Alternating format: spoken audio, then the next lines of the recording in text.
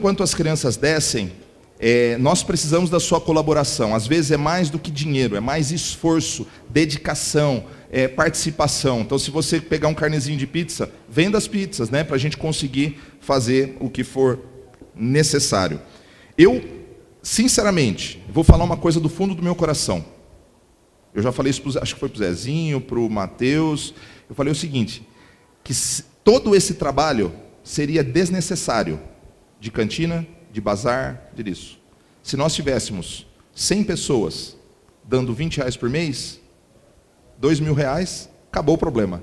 Não precisa de bazar, não precisa de cantina, não precisa de nada, né? Eu sou mais favorável a esse aspecto, oferta, né? Então eu posso fazer esse sacrifício e a gente não precisaria fazer isso tudo. Em 10 meses nós arrecadaríamos R$20.000, faríamos o banheiro, o piso e tal, tá tudo certo, a sonoridade da igreja, tudo certo. Mas, infelizmente, a gente, todas as vezes que a gente se compromete, no meio do caminho a gente tem algumas dificuldades que as pessoas vão abandonando ou fazendo substituições. Então, é aquela coisa seguinte, eu dou 20 aqui, mas eu tiro 20 dali. Então aí não dá, né? A gente precisa desses aportes de outras formas, ok? Fechamos o assunto reforma, vamos para o início da nossa nova série.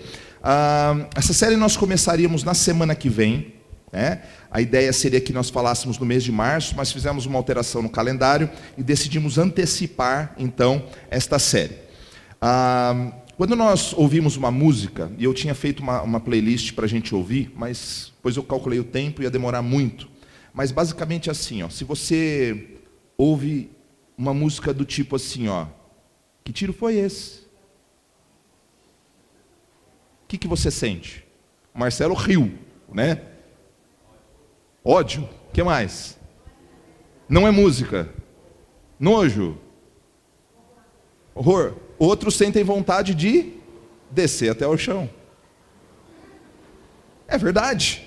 Porque cada pessoa lida com a informação que recebe de uma forma. Agora, se você ouve uma música assim, Deus dos antigos, cuja forte mão rege e sustém os astros na amplidão. O que você sente? Saudade. E os mais jovens? O Henrique disse que sentiu sono.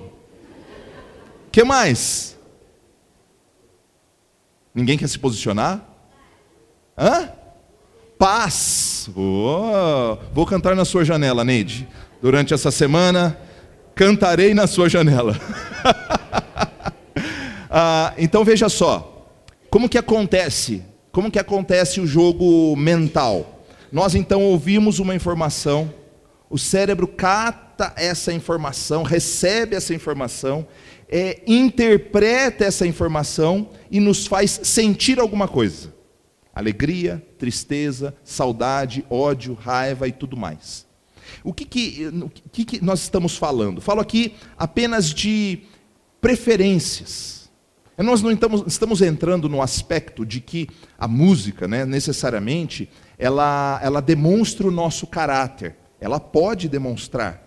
Mas a ideia inicial é que nós, quando ouvimos uma canção, nós interpretamos essa canção a partir de todas as informações culturais, familiares, preferências e tudo mais, né? Nós formamos um conjunto de valores e preferências que nos fazem interpretar a canção de uma determinada forma. Agora, é claro que a música pode também revelar o caráter da pessoa, né? Pois quando não temos filtros, quer seja por lazer ou por preferências, nós mostramos que gostamos do lixo. Ou, no mínimo, que não acreditamos que tenha algo de mal naquilo que nós estamos ouvindo. Uma coisa é você conhecer a canção. Outra é você se alimentar dela diariamente. Né? Você pode, por exemplo, eu brinquei aqui com que tiro foi esse? Nós usamos de uma maneira de brincadeira. Agora, se eu me alimento desse tipo de canção, e eu não estou falando do funk necessariamente, qualquer tipo de canção, que traga uma informação desnecessária, ridícula, que alimente a nossa alma com coisas ruins, nós estamos não somente permitindo que essa canção forge e modifique o nosso caráter, como a gente também está revelando aquilo que a gente é. Isso acontece em todas as áreas da vida, em todos os âmbitos. Às vezes, por exemplo, nós ficamos debatendo sobre coisas que podem ou não podem, né? O crente faz isso, o crente não faz aquilo, isso, aquilo e tal. Mas, muito mais do que um julgamento superficial da casca, é preciso entendermos o que está por trás de tudo aquilo que fazemos. Uma terapia, por exemplo, o objetivo de uma terapia, na maioria das vezes, é trazer à tona causas de determinadas reações, sentimentos e ações que nos movem. Então, quando você faz um aconselhamento ou uma terapia, o objetivo do terapeuta, do pastor, do conselheiro, é extrair de dentro de nós aquilo que está além da casca. Porque a gente julga, irmãos, nós temos um péssimo hábito de julgar os outros pela casca. Nós julgamos simplesmente se a pessoa é estúpida. Só que por trás da estupidez existe alguma coisa. Por trás da timidez também existe alguma coisa. Então o Senhor não julga as aparências. O Senhor julga o interior, a profundidade de quem nós somos. Existem pessoas que se entregam umas às outras muito facilmente. Talvez por muito problema de autoestima, que pode ter suas causas e questões de infância, na formação da personalidade, ou simplesmente por aquilo que ela sofreu ou passou, de uma forma ou de outra. As nossas ações não são geralmente o problema maior. Então, quando a gente vai para o Evangelho que analisa a aparência não é Evangelho. Presta atenção. O Evangelho que avalia e julga somente as ações não é Evangelho. Aí você vai dizer para mim, pelos frutos o conhecereis. Concordo com você. As ações revelam coisas que estão mais no fundo da alma, no fundo dos desejos, da personalidade. Então, o cristão autêntico, maduro, o líder em especial e todos aqueles que de alguma forma são maduros, eles precisam enxergar o que está por trás. É fácil? Não. É um desafio muito grande. Nós devemos fazê-lo? Com certeza. Agora, os nossos problemas, eles se baseiam simplesmente no que as pessoas fazem aparentemente. E o Evangelho de Jesus não olha as aparências. Ele olha o que está no fundo. Muitas pessoas passam muito tempo da sua vida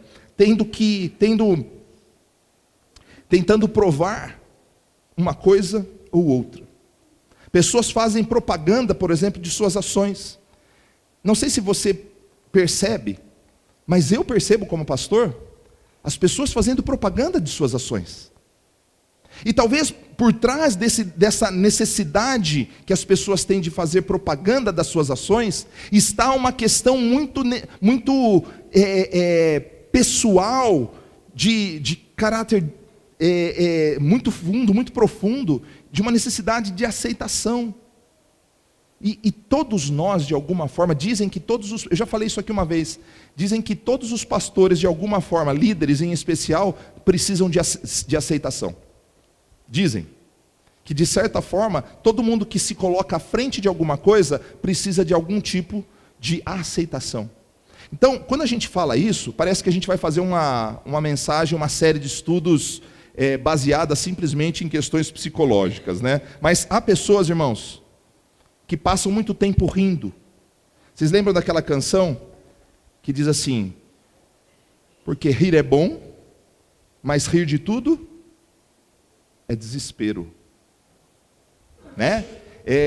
O Frejá fez essa canção inspirado em algumas poesias, em especial uma poesia de Victor Hugo, quando ele trata justamente essa questão que está muito mais no fundo da nossa alma.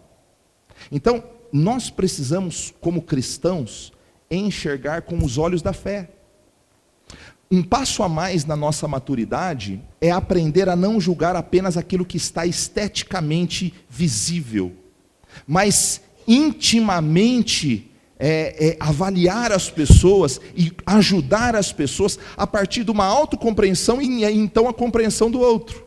A gente precisa entender a nós mesmos. É muito comum quando a gente faz um exercício, né? Às vezes eu faço exercício no aconselhamento conjugal, que eu peço, então, imagina o Bruno quer casar com a Carol, eu falo assim, Bruno, faz 3 elogios para a Carol e depois conta para ela 3 dos seus defeitos. Então ele fala assim, a Carol é linda, a Carol é trabalhadora, a Carol tem um ótimo caráter, e aí os meus defeitos, assim, eu sou teimoso, eu sou exigente, eu sou perfeccionista. Por trás desses 3 defeitos, a pessoa, na verdade, ela está dizendo um falso defeito. Porque, no fundo, ela acha que aquilo que ela está falando é um certo elogio. Né? Sou perfeccionista. Quem disse que perfeccionista é um defeito? Quem disse que teimosia é um defeito? Ah, mas teimosia é um defeito. Depende. Às vezes a pessoa é tão teimosa que ela não quer ceder aos caprichos do mundo. Então eu sou teimoso contra o mundo, né? E eu sigo aquilo que é a verdade. Então, veja só, a gente tem dificuldade em entender os próprios defeitos, aquilo que nós somos. Mas nós precisamos enxergar com os olhos da fé.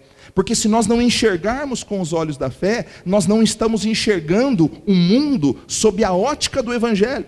Então o objetivo nosso nessas próximas semanas, não são temas interligados, necessariamente, são temas independentes, mas a ideia é nós trabalharmos as perspectivas e cosmovisões, a respeito de algumas questões que formam a nossa vida com Deus. Vejam, o nosso grande objetivo como Igreja de Cristo é levar o Evangelho que transforma, não o Evangelho que transforma as ações. Eu gosto sempre de usar um exemplo que aconteceu. Não é um evangelho que a gente recebe uma pessoa ali naquela porta e a gente diz o seguinte, para você se tornar membro dessa igreja, você vai ter que usar uma saia para baixo do joelho, né? Gola alta, inclusive no verão, e coisas do tipo.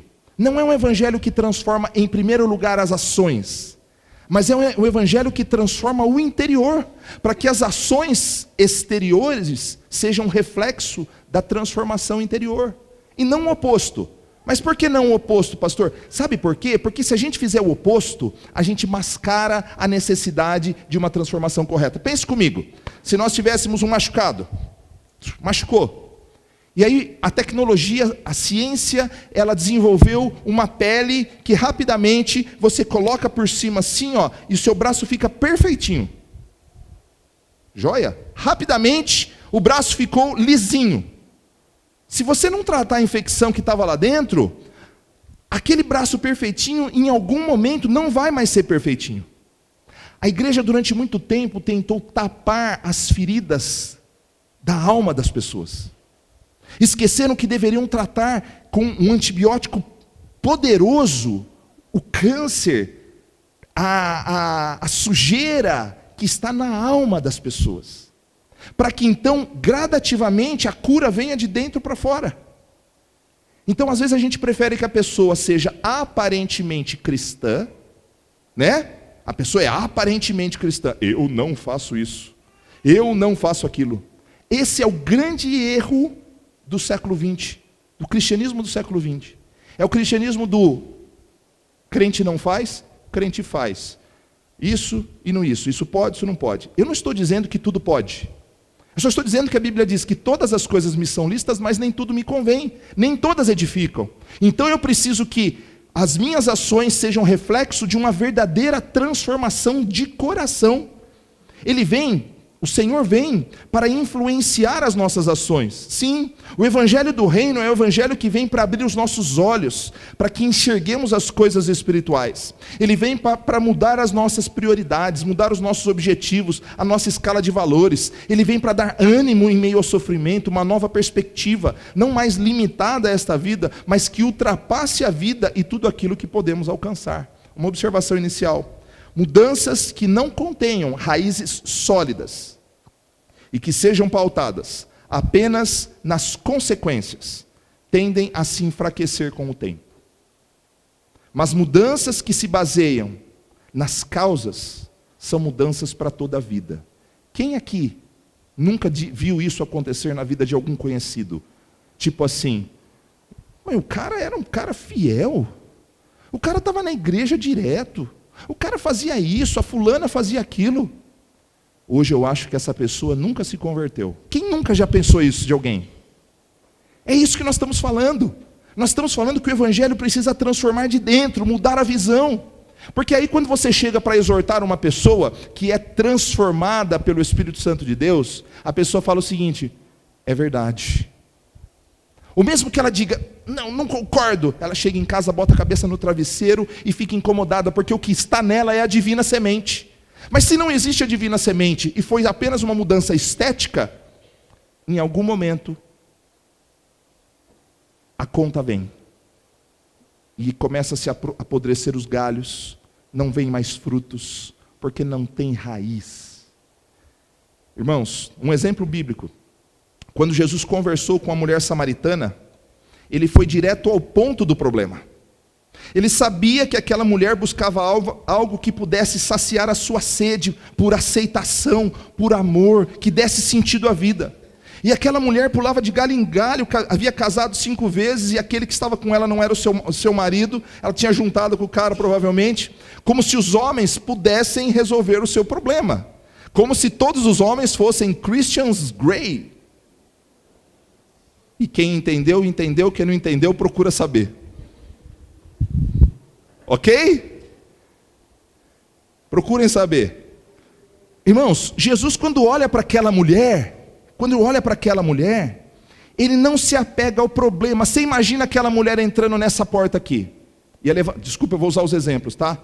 Ia levantar a Marta aqui e falar o seguinte: conheço essa aí já casou 5 vezes. Aí ia levantar o Marcelo aqui e falar o seguinte: não acredito que veio um problema, mó piriguete. Aí ia levantar outra ali no fundo e falar o seguinte: nossa, a mulher fala assim: sai de perto dessa mulher.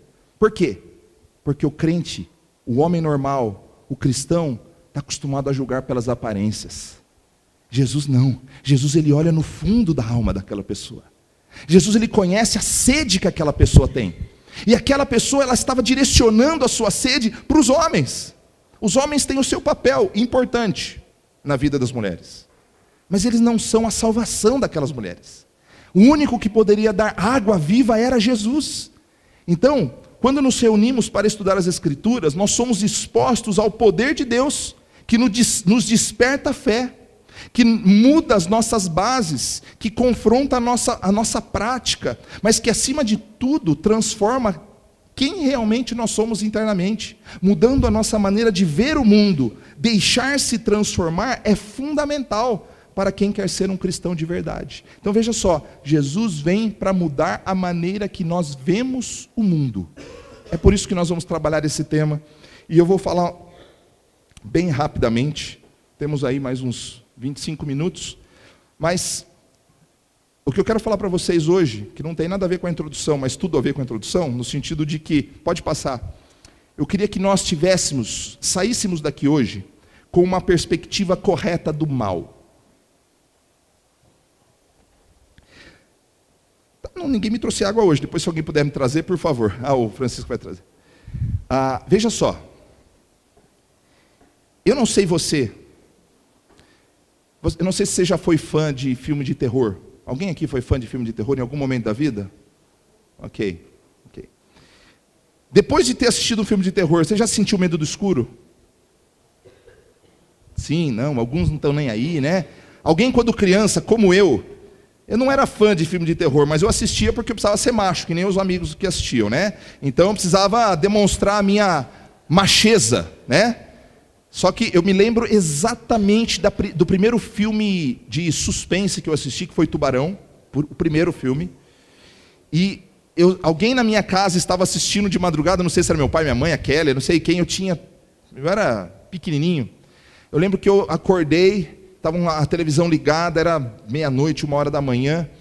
Eu sei que eu peguei uma xícara de chá, e a xícara de chá assim. A hora que o tubarão vem e bate na jaula, assim, ó, pá, que o cara está lá dentro, eu jogo aquele chá para cima, morrendo de medo, desespero. E me arrepia até hoje de imaginar, porque eu tenho muito medo de tubarão, viu gente? Uma vez, eu nunca vi um tubarão pessoalmente, mas morro de medo. Eu me lembro Eu me lembro de uma cena que estávamos eu e Mateus e mais alguns amigos em Caraguatatuba, na Praia Martins de Sá, subimos na bendita da Banana Boat, né? Blá, blá, blá, blá, e ele foi lá no meio do mar. No que ele foi, ele virou a banana. Eu sei que começou aquele desespero, não tinha homem, mas eram só ratos nadando naquele mar, assim, desespero, era gritaria, ai! E aquele pé balançando assim, veio na minha cabeça a cena de quando eu era pequeno, né?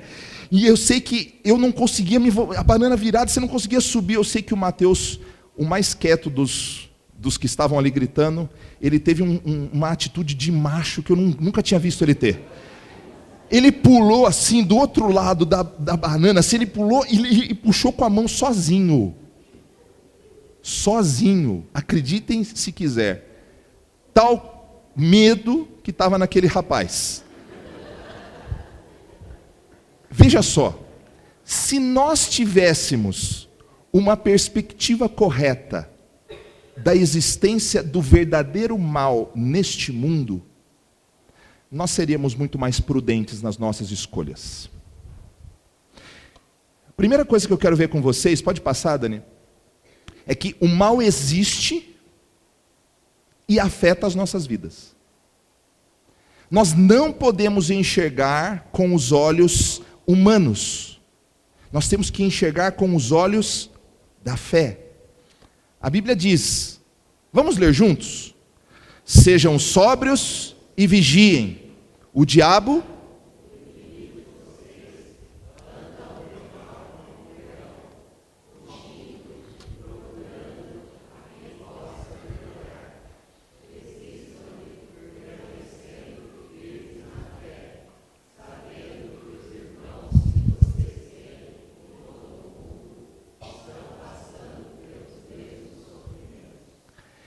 Irmãos, a não fé em Deus, ou o ateísmo, ou a fé deficiente, traz implicações importantes que contaminam muitas pessoas em muitas áreas da vida.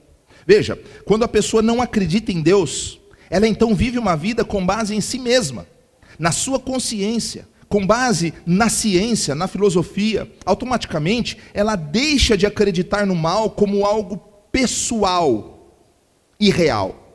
Alguns acreditam na maldade, nas escolhas que as pessoas fazem, mas a Bíblia diz que a nossa luta não é contra carne ou sangue.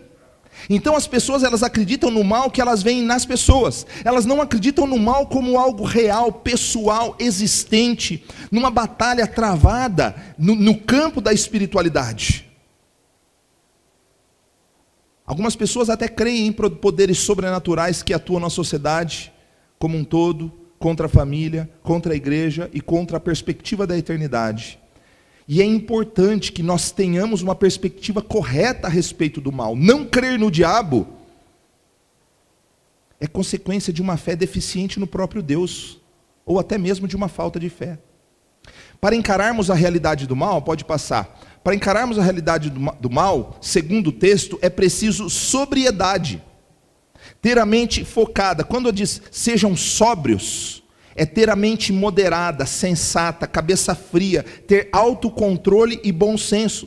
Quando uma pessoa, por exemplo, bebe além da conta, o julgamento dessa pessoa fica prejudicado, os seus reflexos comprometidos. Da mesma forma, irmãos, quando nós deixamos nos influenciar pela irresponsabilidade da sociedade, é como se nós estivéssemos bêbados espiritualmente. Nós perdemos a sobriedade, e a nossa sobriedade é afetada, e passamos a enxergar as coisas como naturais. Nós ouvimos que tiro foi esse, e achamos que é só aquela aparência. Ah, mas isso não tem nada demais. Não tem nada demais dizer que tiro foi esse. Mas o que está por trás da mentalidade da sociedade é uma artimanha terrível para destruir as nossas casas. Ai, pastor, o senhor é da teoria da conspiração do mal. Eu falei, não é questão de ser teoria da conspiração. A gente tem que ter uma perspectiva correta do que a Bíblia ensina. O católico ensina isso, o cristão correto ensina isso. Agora, não é entrar naquela paranoia de que vê diabo em tudo. A gente vai ver disso.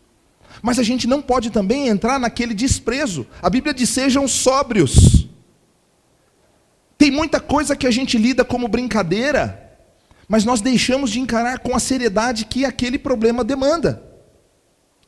Isso que nós falamos da bebida. Às vezes a gente fica muito apegado se o crente pode ou não pode beber, mas o que está por trás de tudo isso? O que está por trás de tudo isso? O que está por trás de uma cena? Vocês sabem que eu não sou contra, eu não acho que a bebida ela é o problema é o uso que a gente faz dela. Mas quando você vê diariamente o seu pai, bebendo, você aumenta a possibilidade daquele aumenta, não determina. Não há determinismo nisso. Porque meu pai sempre bebeu e eu não bebia. Então veja só, às vezes a gente se apega muito à aparência, pode ou não pode? Mas a gente tem que se apegar àquilo que está por trás. Que o diabo vai encontrar uma brecha. Então nós precisamos de sobriedade, discernimento espiritual para entender que é o seguinte: eu bebo? Não, eu não bebo. Eu posso beber? Posso. Eu devo? Talvez não. Como pastor, eu tenho que pensar seriamente, porque não é o fato de botar o gole da bebida na boca, é o fato que está por trás. Na frente de quem? Vou influenciar minha família, vou influenciar meus filhos. Então a gente tem que ter esse discernimento. Por quê? Porque existe uma luta sendo travada nos bastidores. Sabe aquela perspectiva de que o tubarão vai pegar sua perna a qualquer momento? A gente fica com medo na praia. Mas por que a gente não tem medo na vida? Irmãos, eu falei da bebida, mas eu poderia falar de qualquer coisa. Como, por exemplo, preguiça. Para uma vida cristã sóbria, a preguiça, ela pode ser tão perigosa quanto uma bebida. Porque quando você vicia os seus filhos a enxergar você como um cara que não está nem aí, uma mulher que não está nem aí com as coisas do reino, você vai falar o seguinte: para que eu preciso disso? Meu pai é uma pessoa feliz, tem tudo. Veja só. Então, nós usamos a bebida, usamos a preguiça. Sobriedade nos ajuda a interpretar o mundo com os olhos da fé. A Bíblia fala de moderação, sobriedade, discernimento, maturidade. Pode passar. Tem um versículo que diz assim, ó: vistam toda a armadura de Deus para poderem ficar firmes contra as ciladas do diabo. Quando a gente fala de armadura, a gente pensa sempre no braço, no peitoral, nos pés, no escudo. Mas, irmãos, esses são os valores das Escrituras. Essa é a presença do Espírito Santo que nos dá sobriedade para encarar o mal, para encarar os dardos inflamados. Nós precisamos de sobriedade. É uma das armas para lutarmos contra o mal. Segunda coisa, é preciso vigilância. A vigilância, nesse caso, irmãos, é mais simples de ser compreendida, mas difícil de ser exercida. Estar em vigilância não é ficar desesperado, nem ser um fanático religioso que vê o diabo em tudo. Significa estar acordado para a vida, atento, pronto para avaliar as coisas, pronto para discernir. Assim como quando nossos filhos começam a se relacionar com alguns amigos, e nós achamos que tem coisa errada, e decidimos então investigar. Eu faço isso também. E a Carol sabe disso. E às vezes a gente fica naquela questão de que, porque ela é filha do pastor. Não. Se eu não fosse pastor, eu faria a mesma coisa. Se a Viviane não fosse professora na escola dela, faríamos a mesma coisa. Mas sabe o que a gente faz? A gente fica observando as vidas dos outros e esquece de enxergar o nosso arraial, os nossos próprios pecados. Vigilância é estar acordado, cair na real. Quando fala de vigilância, ele fala estar pronto para avaliar com a sobriedade o que eu devo, o que eu não devo. Irmãos, eu conto a história que eu fiquei 3 anos afastado do Evangelho. E foi nesse período que eu conheci o Léo, meu cunhado, hoje. E por mais que eu estivesse afastado do Evangelho, eu era medroso. Não medroso de fazer coisa errada. Eu tinha um limite. Eu sabia que eu não devia fazer determinadas coisas. Eu sabia que eu não podia fazer isso ou fazer aquilo. Eu era revoltado nessa época. Eu era assim, foi dos 15 aos 17, quase 18 anos. Então, aquela coisa de você ficar assim.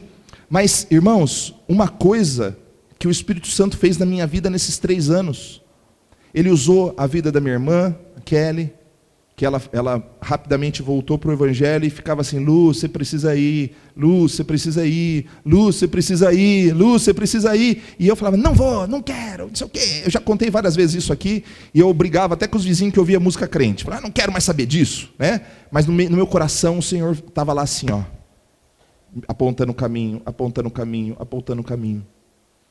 Eu aprendi nesse tempo, irmãos, que eu poderia, nesses 3 anos, nunca mais ter voltado aos pés do Senhor.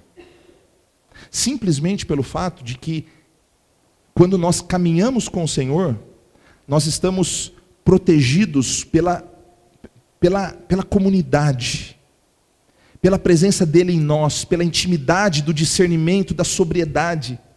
Então nós estamos vigilantes, estamos atentos. Mas quando nós estamos solitários na jornada da vida, o Senhor está conosco sim, nunca nos abandona. Mas nós perdemos as proteções.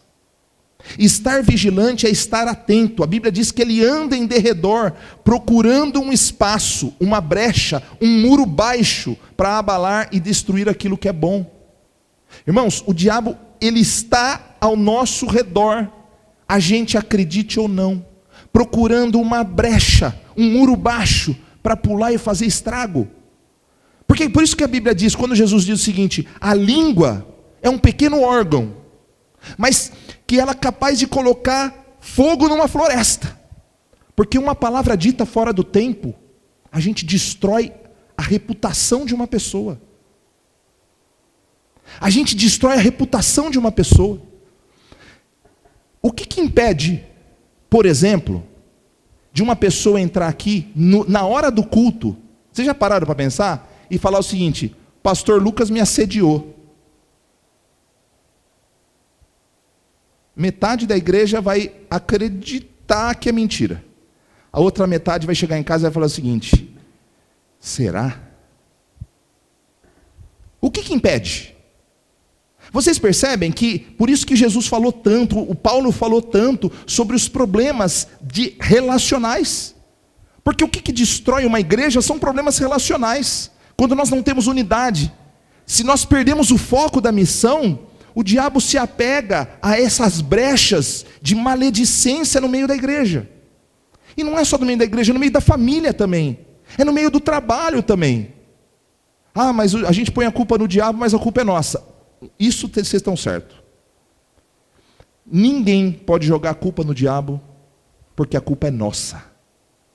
Ninguém, ao ser tentado, diga: sou tentado por Deus, porque Deus não pode ser tentado pelo mal e Ele mesmo ninguém tenta. Pelo contrário, cada um é tentado por sua própria cobiça, quando esta o atrai e o seduz. A brecha somos nós que damos. Quando a Bíblia diz fugir da impureza, é se naquele meio está falando besteira, sai fora. Se a pessoa está te assediando, sai fora. Bloqueia no WhatsApp, bloqueia no Facebook, cancela, bloqueia. É difícil a gente fazer entrar na cabeça dos adolescentes isso. Eles estão cercados de maus exemplos. Mas eles acham que têm maturidade suficiente para lidar com os maus exemplos e não se contaminar. Lé do engano. As más conversações corrompem os bons costumes. Paulo disse isso. As brechas são fundamentais para o diabo atuar. Certa vez, eu recebi uma ligação do meu banco, dizendo que aquele era um procedimento de segurança. Pediram que eu tentasse entrar na conta, se eu estava com acesso à internet. Falei que sim, estava trabalhando na frente do computador. Falou: entre na sua conta, veja que sua senha está bloqueada, porque nós bloqueamos para impedir um ataque. Entrei e realmente estava bloqueada a minha senha. Aí eles falaram assim: nós bloqueamos porque já está tendo vários acessos de tentativa, você usou o seu cartão fora do estado, é aquele discurso todo para te enganar, né? Aquela coisa toda. Aí eu peguei e falei assim: não. Ele falou assim: olha, então só precisamos confirmar alguns dados seus, data de nascimento. Agora digita só a sua senha antiga para a gente fazer um cancelamento. Eu já estava caindo, Por quê? Porque eu entrei na minha conta e eles usaram um mecanismo do próprio banco para dizer, olha, está bloqueado, e estava bloqueada. Eu peguei e falei assim, não, vamos fazer o seguinte, eu ligo para vocês. Eu vou ligar no 4004, 4828 do banco, e aí eu faço as confirmações. Ok, senhor, fique à vontade, mas em alguns minutos a gente retorna. Liguei no banco e falei assim, pelo amor de Deus, não digita nada. Então, veja só, estar vigilante com o diabo é assim. Às vezes a gente se deixa levar na primeira instância, mas o Espírito Santo tem que atuar nas nossas vidas com liberdade para dizer o seguinte, sai fora. Estar vigilante é estar acordado. Efésios, pode passar, 4, 26 e 27, diz assim, quando vocês ficarem irados, não pequem. Ou seja, ficou irado, o Espírito Santo em nós, com a intimidade que nós temos, diz assim, sai fora. Não reaja, não dê lugar à ira, apaziguem a sua ira antes que o sol se ponha, e não deem lugar ao diabo. Não dá lugar ao diabo é brecha, não dê brecha ao diabo. Terceira coisa que ele diz, é preciso resistir. Vejam, quando nós mantemos a sobriedade e a vigilância, nós somos capazes de avaliar possíveis ataques, e geralmente esses ataques virão pelas brechas que nós deixamos ou as pessoas ao nosso redor deixaram. Nós precisamos então resistir por meio do conhecimento, da humildade, do perdão, por meio da vitória sobre os nossos vícios. Resistência, irmão, significa não permitir que as nossas vidas sejam abaladas pela sujeira e pela astúcia do diabo. Quando um pastor, por exemplo, é tentado na área sexual, o objetivo não é afetar somente a família do pastor, mas todas as pessoas e famílias ao seu redor. Vocês imaginam? Por que um pastor, a família de um pastor, e por favor, não estou advogando em causa própria, por que ela tem que ser cuidada? A minha, do Marcelo, do pastor Kennedy, ela tem que ser muito bem cuidada e cercada. Cercada. Porque uma família do pastor que caia, destrói uma igreja inteira. Se a sua família, se uma mulher ou um homem aqui dessa comunidade cometer um adultério, destrói a família, abala as pessoas, prejudica os relacionamentos, mas a igreja está em pé. Mas se o pastor cai, a igreja cai. Irmãos, blindem a família dos seus pastores, porque se eles caírem, a igreja é toda afetada. Blindem, não é só na área sexual, estou falando em todas as áreas. Blindem a família dos seus pastores. Ajudem, construam, corrijam, estejam do lado, mas blindem. Nós precisamos resistir e parar de enxergar o mundo sobre a ótica da individualidade. Nós falamos hoje de manhã no estudo, um dos problemas da modernidade é que nós olhamos muito o indivíduo. Muito o indivíduo. É o que eu quero, é a minha vida, é a minha espiritualidade, os meus talentos, nada é nosso. Na Bíblia, tudo é compartilhado. Sujeitai-vos uns aos outros, amem-se uns aos outros, sirvam uns aos outros. Nós precisamos entender o conceito comunitário como algo mais forte do que a individualidade. O problema é que a mentalidade, a cosmovisão do nosso tempo é uma cosmovisão individualista. E o Evangelho traz uma cosmovisão coletiva, onde nós precisamos ser apoio uns para os outros. Vejam que Pedro diz, resistam-lhe firmes na fé. Isso mostra que nós somos capazes de resistir, não porque somos fortes, mas ele diz, resistam-lhe na fé. Ou seja, não lutem com as suas forças, lutem com as armas espirituais. A fé em Cristo. Cristo venceu a morte. Nós temos fé nele. Logo, ele em nós é maior do que todas as coisas. Ele em nós nos faz mais do que vencedores. Nós podemos resistir porque Cristo está conosco. E essa resistência não tem a ver com uma figura musculosa, que combate o bandido e está tentando entrar na sua casa e você vê. Não é isso. Nós estamos falando do servo sofredor em nós. Cristo em nós é a esperança. Cristo em nós nos dá força para enfrentarmos. Maior é aquele que está em nós do que aquele que está no mundo. Tiago 4,7 diz assim, portanto, submetam-se a Deus. Veja só, a vitória no diabo começa com a submissão a Deus. Resistam ao diabo e ele fugirá de vocês. Quarta coisa, é preciso respeitar, mas não temer. Basicamente uma propaganda política ali, né? Não temer. Já viram ali? Não temer. Na hora que eu li aquilo, eu comecei a dar risada, né? Comigo mesmo. Então, é preciso respeitar, mas não temer. É o que falamos até agora, irmãos. Reconhecer que em seus milhares de anos de experiência, o diabo conhece como as coisas funcionam. Ele sabe os atalhos, ele sabe como tentar, ele sabe como manipular, ele sabe como derrubar uma pessoa. Ele não usa estratégias diferentes, as estratégias são as mesmas. Quando digo que nós devemos respeitar, é não subestimar os ataques, mas isso não significa que nós devemos temê-lo, porque a Bíblia diz que quando nós estamos em Cristo, nós resistimos e vencemos. Significa que nós somos fortes por causa de Cristo em nós. Então nós não precisamos temer. Respeitamos, não zombamos. Eu conto sempre uma história de uma igreja que eu fui pregar, da nossa denominação, e chegamos lá, eles estavam pulando assim, né, zombando do diabo, né, tipo assim, pisa na cabeça do diabo, e aquela coisa toda, tal.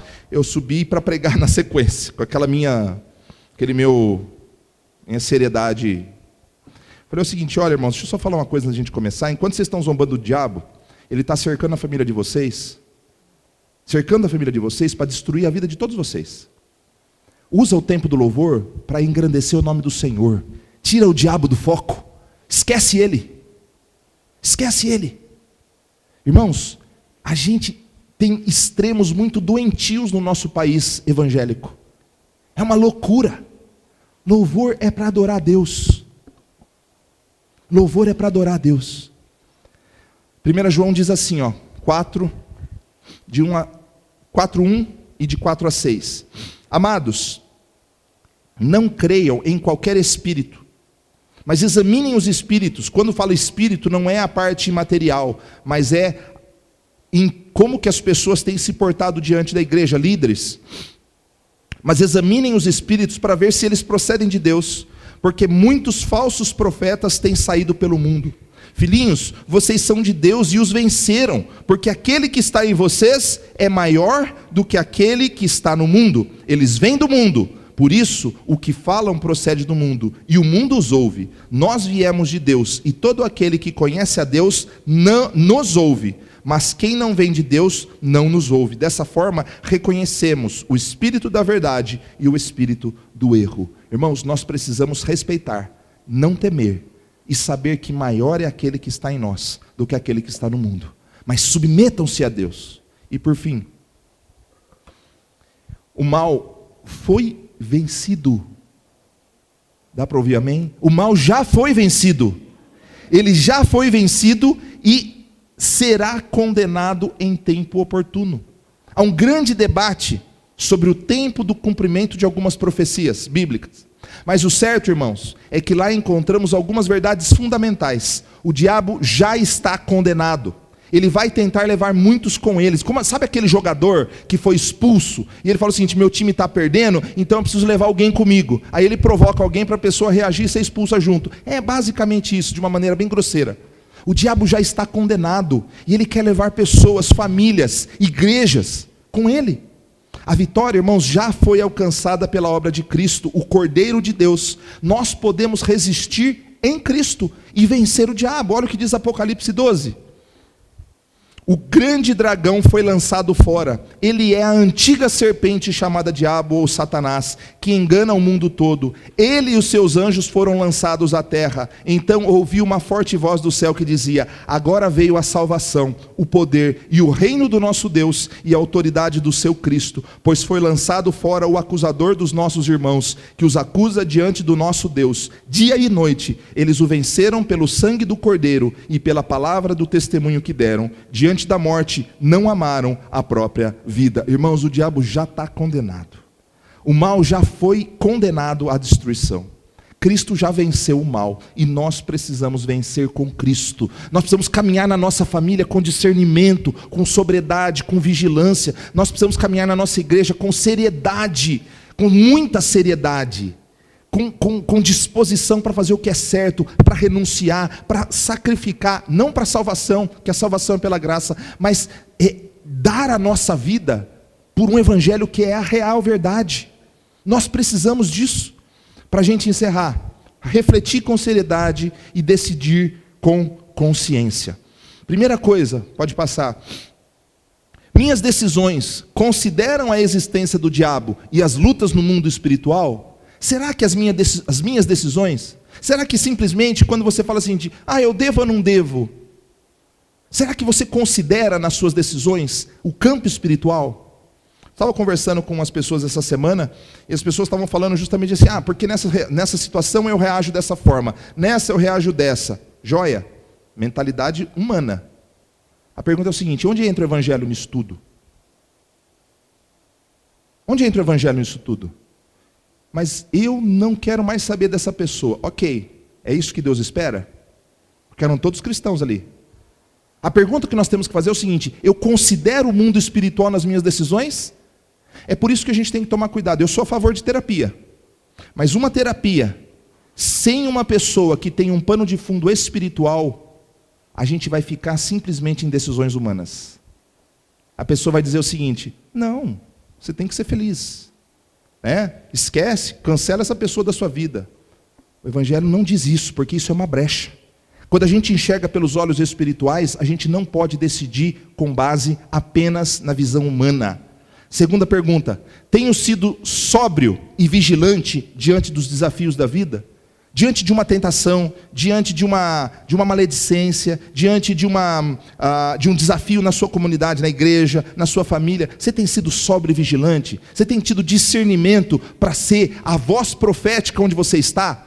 Porque quando a gente fica debatendo na igreja sobre profeta, alguns pensam o seguinte, existe profeta no dia de hoje? Não existe. Irmãos, o que um profeta faz é denunciar o pecado e declarar a palavra de Deus, acima de tudo. Então, às vezes, nós estamos no meio de um problema e somos incapazes de levantar e dizer o seguinte, chega! Irmãos, nós precisamos começar a fazer o que é certo na nossa casa, com humildade, porque vontade às vezes a gente não tem. Às vezes você não tem vontade de fazer o que é certo. Às vezes você está sendo tentado. E alguém tem que dizer, olhar na sua cara e falar o seguinte, irmão, seja sóbrio, seja vigilante. Você não está percebendo que o diabo está se levantando? Com certeza ele é derrotado pelo sangue de Cristo Jesus. Todas as vezes que alguém se levanta com disposição de anunciar a verdade. Terceira coisa, tenho sido capaz de resistir pela fé às investidas do mal? Ou eu fico caindo o tempo todo? Ou a minha fé ainda é deficiente? Quarta coisa, sou cristão por medo do mal ou por amor a Cristo? A gente não tem que ter medo do mal. A gente tem que ter respeito a Cristo, amor a Cristo, por isso a gente não negligencia essa visão sobre o mal. E quinta coisa, como a consciência do mal tem me aproximado de Cristo? Isso é fundamental. Como a consciência da maldade, do mal no mundo, tem me aproximado de Cristo? Duas coisas que eu quero dizer para você, para a gente encerrar. Cristo está comigo e luta por mim. Cristo está com você e luta por você? Você acredita nisso? Que Cristo está em você e luta por você? Olha o que diz Efésios, vistam toda a armadura de Deus para poderem ficar firmes contra as ciladas do diabo, pois a nossa luta não é contra pessoas, irmãos, mas contra poderes e autoridades, contra os dominadores deste mundo de trevas, contra as forças espirituais do mal nas regiões celestiais. Quando alguém entra no meu gabinete e confessa um pecado, eu não posso condenar essa pessoa ao inferno. Eu tenho que entender que essa pessoa está sendo reconhecendo o seu erro e buscando a transformação do Senhor. Então o que eu tenho que fazer? Contar para todo mundo? Orar por ela? Caminhar do lado dela? Veja só, discernimento espiritual é caminhar do lado das pessoas, para que elas se tornem melhores amanhã. Nós estamos estudando, nós precisamos fazer discípulos que amem a Jesus, acima de todas as coisas. A igreja tem que focar nisso, e eu tenho que ter a consciência que Cristo está conosco e luta por nós. Cristo está com você e luta por você. E por fim, eu devo ter minha mente renovada e ser obediente a Cristo. Pois embora vivamos como homens, não lutamos segundo os padrões humanos. As armas com as quais lutamos não são humanas, pelo contrário, são poderosas em Deus para destruir fortalezas. Destruímos argumentos e toda a pretensão que se levanta contra o conhecimento de Deus, e levamos cativo todo pensamento para torná-lo obediente a Cristo. Olha que encerramento. O Senhor, Ele quer que nós sejamos transformados na nossa cosmovisão. O nosso pensamento tem que estar amarrado, cativo ao Senhor. Nós temos que entender que Ele está aqui para transformar a nossa mentalidade. E aí, a gente vai começar a enxergar o mundo pelos olhos da fé, tendo uma perspectiva correta de que o diabo anda ao nosso derredor, como um leão que ruge, buscando uma brecha para destruir a nossa vida. Mas em Cristo Jesus, nós somos mais do que vencedores, porque o sangue de Cristo é suficiente para transformar a sua vida, a vida da sua família e a vida da sua igreja. Graças a Deus por isso. Vamos orar.